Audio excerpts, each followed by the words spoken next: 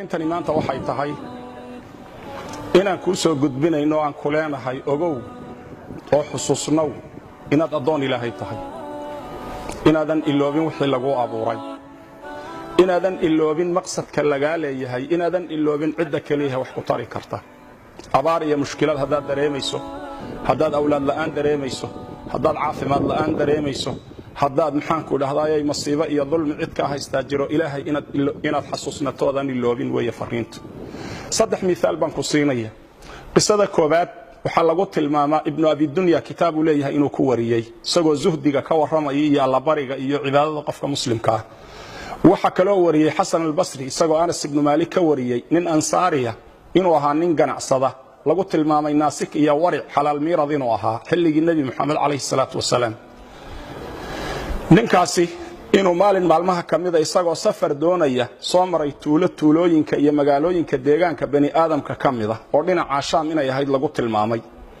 ninkii waxa uu warsaday cid gaadiidlaya oo uu kaashado oo uu weheshado oo dariiqa marisa waxa loo sheegay nin dadka ka kireeya fardo ninkiiba farda iyo gaadiid ka kireeyay ninkaas oo tuugaha asalkiisa yaa markii wadadii dhexda la sii marayay wuxuu yiri wadadan inagu leex waxa uu yiri war wadadan haynagu leexina tana raadkiya dadka cagtoodu ka muuqataaya inna mari wuxuu yiri may anigu tana naqaano tana dhow oo tana toobiya wadadii ayuu ka hormaray ninkii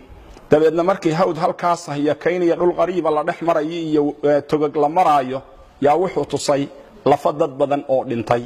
waxa uu ku yiri intaasoo aadama ah aniga ayaa dilay waxaana u qoonsaday inaan furto oo sidaan adiga maanta qaadicu dariiqa kuugu ahay aan maalkaaga iyo dhiigaaga banaysto wuxuu ku yiri maalka iska qaado laakiin dhiigayga ii badbaadi awlaadaydii iyo ehelkaygii aan u noqdo hooyadayba kaligay dhashay sidii loo hantaatici lahaa ayuu aad u calacalay wuxuu ku yiri inta aan dilayba hadal fiican way yiraahdeen qofna kama maqal waxa uu yiri waxaan ku yiri warafar rakacadood intaan tukanayo ma ii kaadin kartaa mar hadaad dilayso markaas wuxuu yiri waxa tukataa inta aad rabto waxa uu yiri waxaan bilaabay salaad waxaan isku dhaxwaday ducooyin iyo ayad quraan oo qalbigayga ku soo dhacaysay ayada quraanki waxay amman yujibu al-mudarra idha da'aa wa yakshifu as-su'a wa yaj'alukum khulafa al-ard a ilahum ma'a Allah ayada qalbigayga ku soo noqonaysay ducaduna waxay ahayd ya wadud ya dhul arsh al-majid ya fa'alu lima yurid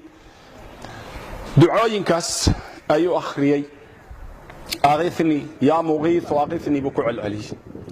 ducada markuu akhriyay yaa rakacadihiisa ku dhex jiray yaa wuxuu lusku la hortaagnaa warankii uu ku dili lahaa ayuu la hortaagnaayo dhaqso ayuu lahaa wuxuu u jeeday ninkii oo durbadiiba xagga dambe jaleecay oo dhinaca fiiriyay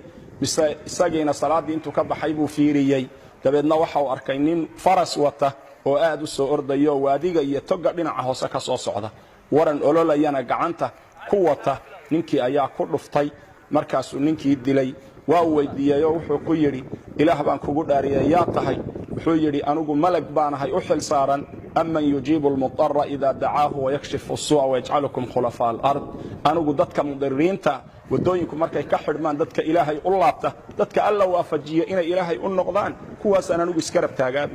dabeedna wuxuu yiri yaa muqiith waqifni marka lahayd albaabka koobaad samada gariiray markaas samadana lagu garaacayo garaacidii ka fadhii weynay buu yiri markaas aniga la soo diray inaan adiga ku kaalmeeyo waaniga ku kaalmeeyay buu leeyaan orod yara mar hadaan inta kugu soo ajiibon kuugu imid walaal waxaan ku leeyahay